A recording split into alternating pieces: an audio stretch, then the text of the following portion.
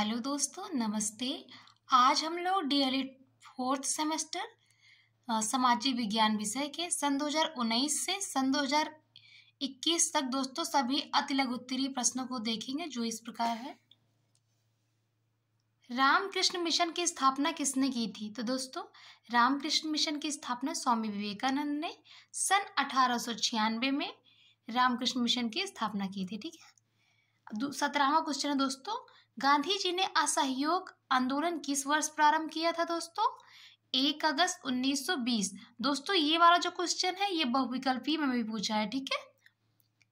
स्वराज्य हमारा जन्मसिद्ध अधिकार है, इसे हम लेकर ही रहेंगे, यह कथन किसका है? तो दोस्तों बाल गंगाधर तिलक जी का है। ठीक है।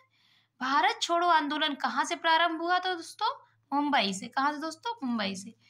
प्रथम पंचवर्षीय योजना कब लागू की गई? तो 1951 में। अब 21 देखते हैं। होम रूल आंदोलन के प्रमुख नेता कौन थे? दोस्तों एनी बेसेंट और बाल गंगाधर तिलक जी थे। भारत में चांदी मुख्यतः किस प्रदेश में पाई जाती है? दोस्तों तो राजस्थान में। ठीक है।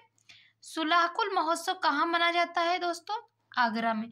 दोस्तों मैंने ये महोत्सव वाला वीडियो बना दिया है, अपलोड कर दिया है, आप लोग उसे जरूर देखिए। ठीक है। आगे बढ़ते हैं दोस्तों। 24 देखते हैं। उत्तर प्रदेश का राजकीय पक्षी है कौन सा है? दोस्तों सारस है। ठीक है। विश्व ओजोन दिवस कब मनाया जाता है? तो 16 सितंबर। आलू उत्पादन में उत्तर प्रदेश का कौन सा स्थान है? दोस्तों तो प्रथम।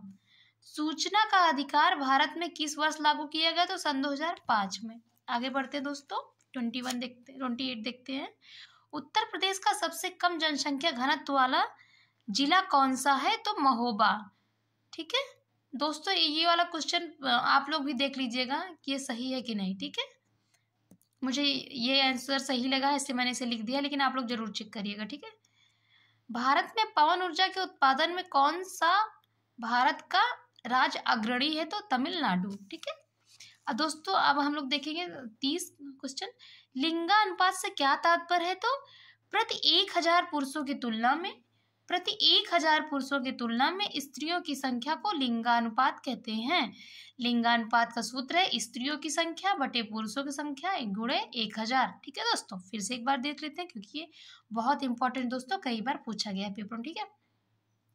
प्रति 1000 पुरुषों की तुलना में स्त्रियों की संख्या को लिंगानुपात कहते हैं। लिंगानुपात बराबर स्त्रियों की संख्या बटे पुरुषों की संख्या गुणे 1000। आगे बढ़ते हैं दोस्तों। अब हम लोग सन 2019 का हल कर चुके हैं, अब हम लोग सन 2020 का देखेंगे। 1857 के क्रांति के विद्रोह के 2 असफलता के कारण बताइए। पहला है दोस्तों 1857 के विद्रोह में योग्य एवं कुशल नेतृत्व का अभाव था। प्रत्येक क्रांतिकारी नेता ने अपने ढंग से क्रांति का संचालन किया। अब दूसरा देखते हैं।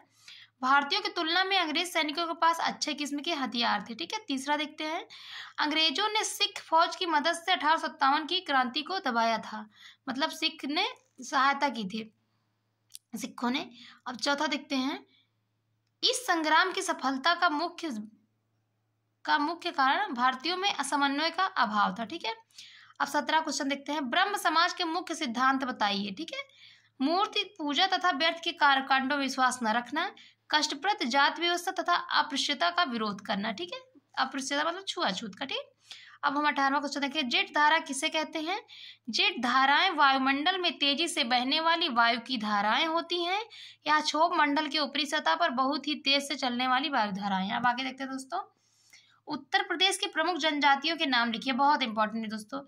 बुक्सा, थारू, माहगीर, सोरका, खरवार, जंसारी, ठीक, गोंड। ठीक है दोस्तों। 20वां क्वेश्चन देखिए। रॉलेट एक्ट कब प्रारंभ हुआ? 19 मार्च 1919 में। इसको दोस्तों काला कानून भी कहते हैं, मैंने लिख दिया है। ये जो पूछा है उसका तो आंसर तो लिखा है, इसके बारे में थोड़ा सा लिख दे, क्योंकि दोस्तों हर बार क्वेश्चन थोड़ा सा बदल के भी उससे रिलेटेड क्वेश्चन पूछेगा, लेकिन थोड़ा सा अलग पूछता है। ठीक है। तो आप इसके बारे में भी जाननी। ठीक है। काला कानून जिसके अंतर्गत किसी भी व्यक्ति को संदेह के आधार पर गिरफ्तार किया जा सकता है, यही हमारा क्या था दोस्तों? रॉलेट एक्ट था। अब हम लोग आगे देखते हैं। 21 क्वेश्चन देखते हैं दोस्तों। पूना समझौता पर प्रकाश डालिए। गांधी जी और डॉक्टर अंबेडकर के बीच एक समझौता था। ठीक है। जिसके सांप्रदायिक पंचायत में दलितों के लिए प्रांतीय विधानसभा में पृथक निर्वाचन प्रणाली को समाप्त कर उनके लगे 71 के स्थान पर 148 स्थान सुरक्षित रखे गए। ठीक है, आगे बढ़ते हैं। कृषि पर आधारित 2 उद्योगों के नाम लिखिए दोस्तों। तो कपास उद्योग, चीनी उद्योग, वनस्पति तेल उद्योग। ठीक है, 23वां देखेंगे। खिलाफत आंदोलन से आप क्या समझते हैं? इस आंदोलन का सीधे तौर पर भारत से कोई संबंध नहीं था दोस्तों।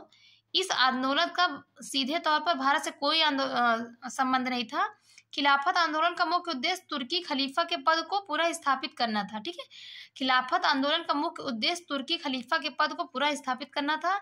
वहां के धार्मिक क्षेत्रों से प्रतिबंधों को हटाना था। सन 1919 में अली बंधुओं शौकत अली, मोहम्मद अली द्वारा अखिल भारतीय खिलाफत कमेटी का गठन किया गया। ठीक है दोस्तों, आगे बढ़ते हैं। नेहरू रिपोर्ट कब प्रस्तुत की गई दोस्तों? तो नेहरू रिपोर्ट अगस्त 1928 में प्रस्तुत की गई दोस्तों, बहुत इंपॉर्टेंट है। ठीक है, नेहरू रिपोर्ट कब प्रस्तुत की गई? तो अगस्त 1928 में प्रस्तुत की गई। आगे बढ़ते हैं दोस्तों। कानपुर का लाल इमली किस उद्योग के लिए प्रसिद्ध है? तो कपड़े और उलन के लिए, मतलब ऊनी उत्पाद के लिए। ठीक है, प्रथम गोलमेज सम्मेलन कब से कब तक चला? बहुत इंपॉर्टेंट है, 12 नवंबर दोस्तों 1930 से 13 जनवरी। ठीक है, 1931 तक, 12 नवंबर 1930 से 13 जनवरी। ठीक है दोस्तों, इसका ट्रिक भी याद करते हैं, ना ज 12 13। ठीक, ना ज 12 13, 1931 फिर 1930। ठीक, आगे देखते हैं दोस्तों। 27 क्वेश्चन।